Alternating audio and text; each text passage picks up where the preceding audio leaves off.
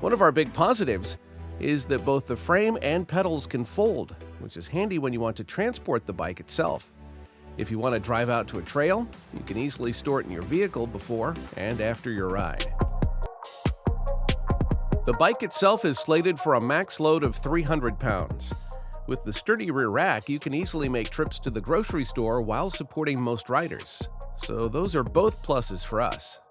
As much as we love a good, fast toy to play around with, we are also fans of safety, so the full fenders and the dual shock absorbers in the seat and front tire have to get the thumbs up from us as well.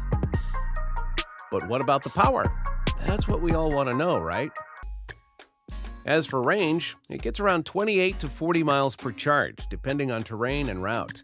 And that's if you use only electric assistance. If you want to squeeze what this thing has got, you can hit up to 60 miles using a smart mixture of pedaling and electric assistance. As for charge time, you're looking at somewhere between 5 and 6 hours charging it to full. If you know anything about us, you know that we like some juice to play around with. And this e-bike has a nice 750-watt motor in the rear. Both are free. When you finally get one at your door, it's already 95% assembled.